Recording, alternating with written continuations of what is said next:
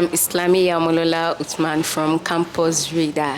I'm the Financial Secretary of Campus Radar. So we are here to interview the outgoing Senate President of the 30th Assembly in person of Senator Annika Michael, popularly and politically addressed as Prodigy. So can we meet you, sir? Good day, Senator Islamiyyah. Good day, sir. As earlier introduced, my name is distinguished Senator Annika Michael, and I am popularly addressed as Senator Prodigy, a 500-level student of the Department of Water Resources Management and Agrometeorology, and the outgoing Senate President. All right, sir. Thank you for your time to speak with us. My first question is, can you walk us through some of the major reforms or initiatives you led that directly improved student welfare? All right.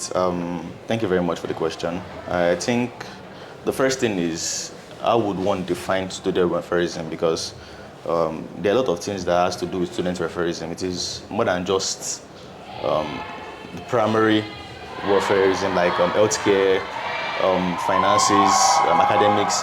So one of the things we did, and this was led by the Office of Deputy Senate President, was an empowerment program for senators. So in the past, we've never had something like that before. So we tried to empower senators because there has to be something they can benefit from serving in the assembly.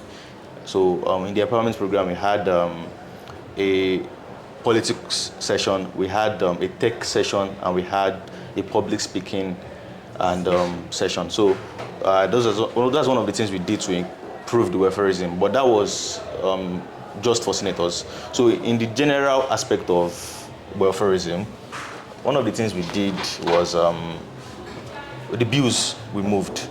Okay, so I think we sponsored around 7 to 8 bills, and we've passed about 3 of them. One of the bills, which is currently in the bill passage stage, is a bill to establish a referee association on campus. So we've always had an issue of referees, and there is no regulation to guide them. So most of the times they misbehave and act out. So that bill is for us to have regulation, like a team, an association, to guide them and put them through. Now another one we did, which would in fact directly affect student refereeism, is a bill for the establishment of Director of Transportation in the Student Union. Yeah, so it is currently in its public hearing phase, and that's where FUNAAB comes to give their opinion on the bill. So in the next sitting of the House, the bill will either be passed or will be rejected, depending on your last sitting. Yes, that is after exam. Yeah. What was your working relationship like with other arms of the student union and school authorities? All right. I think, first off, I must commend the head of the executive arm / the union, Comrade Bello, and I must also commend the head of the judiciary arm, that's Honorable Moses. I think that's the Chief Justice of the FGC. I think one of the beautiful things about this current administration is our relationship. We've had a very beautiful working relationship, and it is in terms of the kind of relationship we, the head of the arms of the government, kept with one another. There are times where I represented Bello at meetings. There are times when the Chief Judge represented Bello at meetings. There are times when we reached out and were available for one another. So I would say we had a very beautiful relationship. For our week, that's the event each arm of the government did. We were all present, we gave ourselves full support. And the relationship does not really affect our responsibility, which is, for example, the SRA, it is to check and balance the executives. Yes. So it does not stop us from doing that. It just makes it a little bit easier, because there are other ways, when they are out and out of form, there's a way you can talk to them before it gets to a place where, or a point of no return, let me say. So we have a very good working relationship. Okay, thank you, sir. How would you describe your leadership style, especially in handling disagreements within the Senate? Like when you're having your sittings, because senators can be a lot. Oh yeah, they can be a lot actually. I don't think there is a style per se, although one of the things I try to do as much as possible is to include or involve every senator. I think there is a blessing that comes from you involving every senator. I think personally I have a very good relationship with majority of my senators, like a very, very good relationship. And it makes settling disagreements very easy because we've built that relationship where I know, okay, for example, this senator, this is the kind of thing that can upset the senator. When the senator is upset, this is the kind of thing that can let them see reason when the need arise. So the relationship we kept together, we built, allowed everybody understand themselves better. So it comes from understanding one another. So when there is understanding, there is conflict resolution becomes easy because you know what to do, how to do it, and where to come in from. And I'm very, very lucky that I had very, very intellectual senators. We've had conflicts in the House, but it is settled very amicably because our priority or our responsibilities as senators is to represent FUNAAB. So we don't allow anything intervene with that or interfere with that responsibility. Okay, during your administration, I heard that you suspended about 3 senators. Oh, I did not suspend 3 senators. I want to clarify. Them? Oh yeah, the Constitution did. Because there's like 3 of them. Yeah. And it was not suspension, they were recalled, meaning they were removed from the... Why? Yeah, okay, so there's a part of the Constitution that said no senators should miss 2 consecutive sittings without the approval of the Senate President. Meaning if me as Senate President don't approve your absence, you are not supposed to miss 2 sittings consecutively. So what if they maybe tell the clerk that they won't be around? Oh, well, it is still the jurisdictions of the Senate President because whatever you tell the clerk, it comes back to the Senate President. So there are instances, or one of the things we try to do in this 30th Assembly was whenever we release the memo of our sittings, like 3 days to the sitting or 2 days to sitting. So you would be aware of the sitting beforehand. Now, if you're not going to be able to make it, you have the luxury of submitting a letter of absence to the SRA email until 12 o'clock noon on the day of sitting. So that is a very, very lengthy time to. So the senators that were recalled, they missed 2 consecutive sittings. And even after that, I remembered the day they were supposed to be recalled, I pleaded with senators to give them an extra sitting, like 1 extra sitting, to see if they'll make amend. The thing is, every senator cannot be present for every sitting, yes. But there's a way you can seek excuse or absence if you had a very good reason.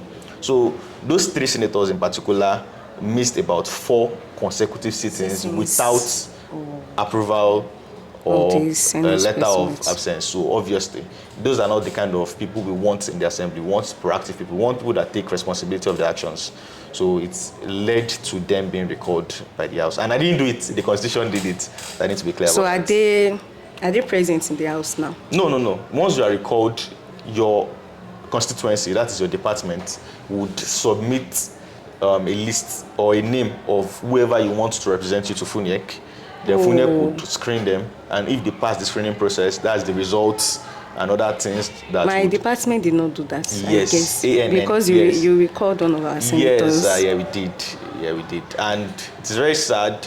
Out of the senators we recalled a senator from ANN, we recalled one from I think CVE, no, I think ABE, no MCE, and we recalled another one from STS.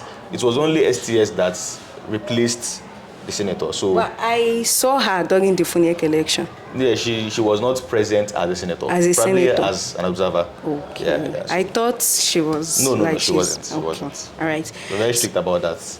Yeah. So how did you think your voices were heard during your administration? How well do FUNAABites know about the legislative arm of the government? I think we did really well because taking it from where the previous assembly started, that is the distinguished Senator Aramide-led assembly, they made the SRA a little bit more aware to FUNAAB. They did something like, they did the Know Your Senator banners, for example.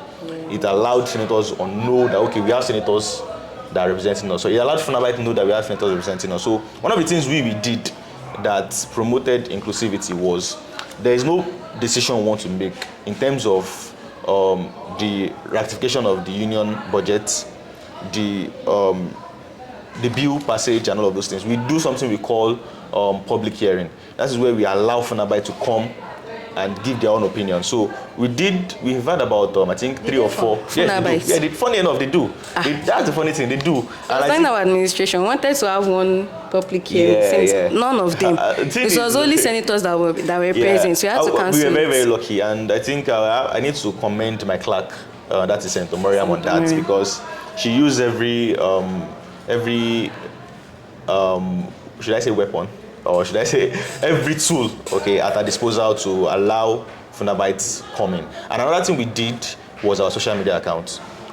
I would say, I'm not trying to toot my own horn, but I would say that the 30th Assembly had the highest social media engagement. Yes, actually. Yeah. It allowed FUNAAB to understand what we did or what we do, because every sitting we have, we release resolutions, we release pictures of the sittings, and when necessary or when we can, we release videos of the sittings. So it allowed FUNAAB to connect and understand. I remember when the issue of FUNEC was happening, the price, a lot of FUNAAB reached out to the SRA because they already understood that there's an SRA here and this is their functions and their responsibilities. So yes, I would say we were able to engage with FUNAAB. It can always be better. It can always be better. And I also like to commend media houses. For example, Campus Radar. I believe Campus Radar was present for about 2-3 of our sittings. And they were also very helpful during the Teju Plan fiscal awareness work. Okay. Yeah, so things like this are things that kick or motivate FUNAAB to be more interested in what the SRA does. So yeah, we did our best. Okay. Now that you are leaving office, do you have any plans to continue politics outside FUNAAB? Well, as of now, I don't have any plan. And because my focus now is 2 things. That is my examination and let's say NYSC. And that is because politics outside of FUNAAB is not easy. Actually. There are a lot of process that goes into it, and it's not something I would love to get into if I am not ready. So if the time comes, the opportunity presents itself, and I'm ready for it, obviously, I would love to pursue politics on a larger scale. But as of now, I think I would... Will it still be the legislative arm of government? Oh yeah, even if you are ready? Yes, it would be the legislative. I love the legislative arm so much. It is. I like to say that is where a lot of things happen, because even at national level, there is nothing, or there's a little President Bola Ahmed Tinubu does on his own. A lot of the decisions made on the national assembly, national level, comes from the National Assembly.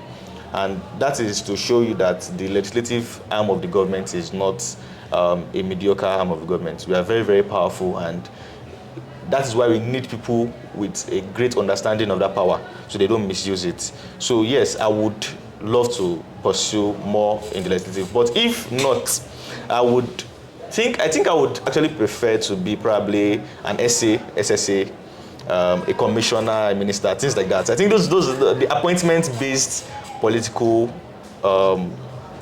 opportunities. I think I would love those ones better, because there is no stress of campaigning. Campaigning is not easy. You don't want to campaign? It's not I don't want to, it's just that the stress of campaigning is not easy. It's not like FUNAAB. Yeah, it is. Oh, definitely not like FUNAAB. So right. I would love to continue if the opportunity arises. So thank you very much. Okay, thank you for your time, sir. Really appreciate. No problem thank you so much. Yeah, we wish you success in your future endeavors. Thank you very much. Thank you so much, FUNAAB. Yeah, are you coming back to the house? Yes. All right. We'd love to have you, and I hope you do your best as a senator to spark that desire in FUNAAB. May God help you. Amen. Thank you very much, sir. Okay, thank you so much for listening. I remain Senator Islamiyyah Omolola Uthman from Campus Radar, FUNAAB.